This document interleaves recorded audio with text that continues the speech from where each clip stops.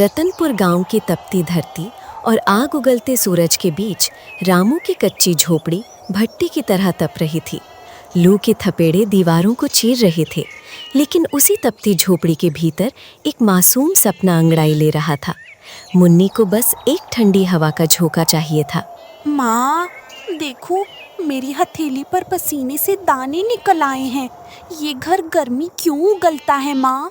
क्या हमारे घर कभी कूलर नहीं आएगा?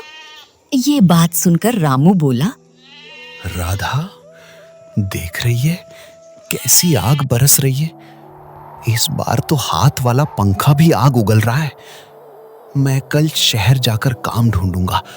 मुन्नी के लिए कूलर लाना ही होगा।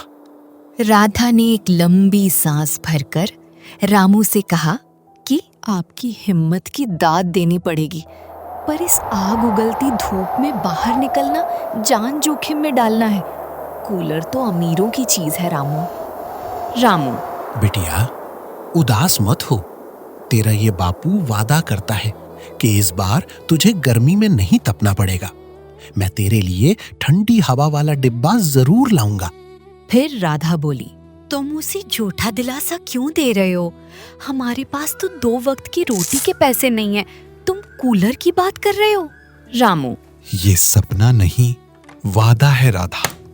मुन्नी की आंखों में जो जलन इस गर्मी की वजह से है, उसे मैं खत्म कर दूंगा, चाहे मुझे रात दिन एक करना पड़े।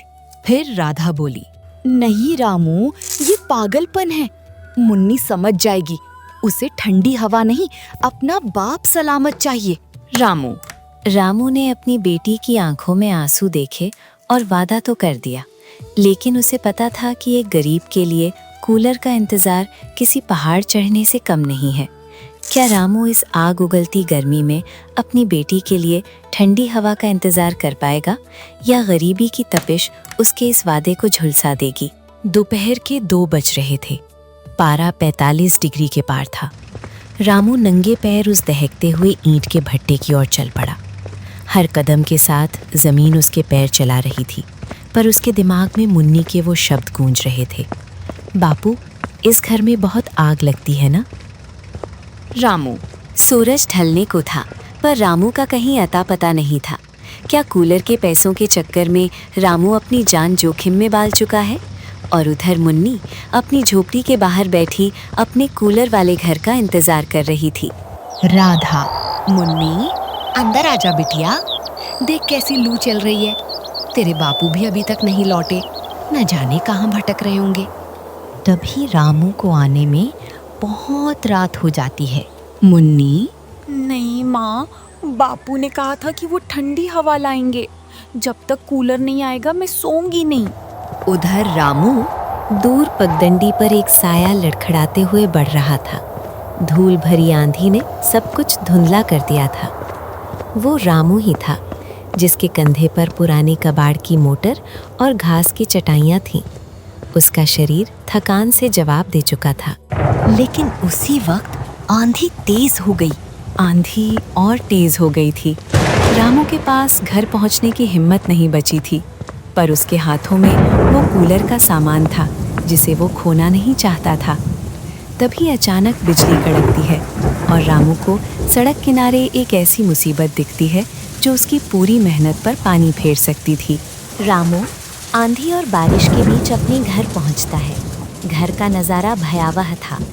राधा भीगते हुए सामान समेट रही थी और मुन्नी लू और बुखार से तप रही थी। झोपड़ी की छत टपकने लगी थी।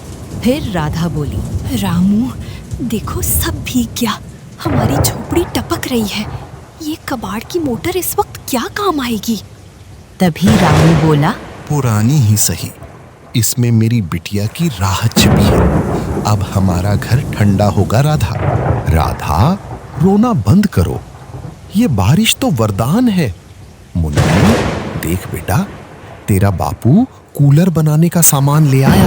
पूरी रात रामू और राधा ने उस कड़कती बिजली के बीच टूटे हुए टीन के डिब्बों और पुरानी मोटर से एक देसी कूलर तैयार किया। उनके हाथ ठिठुर रहे थे, पर दिल में अपनी बेटी को सुकून देने की आग थी। लेकिन क्या ये जुगाड़ सुबह तक चलेगा? जैसे ही सूरज की पहली किरण रतनपुर की झोपड़ी पर पड़ी, पूरा गांव हैरान रह गया। रामू की झोपड़ी से ठंडी हवा की आवाज आ रही थी। मुन्नी चैन की नींद सो रही थी। रामू और राधा के चेहरों पर जीत की चमक थी। रामू की आंखों से खुशी के आंसू बहने लगे। उसने मुन्नी को सोते हुए देखा। उसे यकीन नहीं हो रहा था कि एक कूलर की जिद उसे यहाँ तक ले आएगी। ईश्वर ने हमारी सुन ली मुन्नी। ये पानी ही हमारे कूलर की घास को ठंडा करेगा। आज रतनपुर का सबसे गरीब घर सबसे ठंडा होने वाला है। बापू, क्या सच में ये छोटा सा डिब्बा इतनी ठंडी हवा देगा? ये तो जादू जैसा लग रहा है।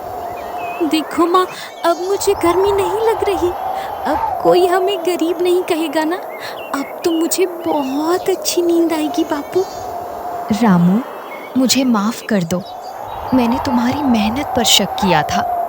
आज इस ठंडी हवा ने मुन्नी के चेहरे पर जो मुस्कान दी है वो करोड़ों की है। बिटिया, ये कूलर सिर्फ मशीन नहीं है, ये तेरे बापू की मेहनत का पसीना है जो अब हवा बनकर तुझे सुलाएगा।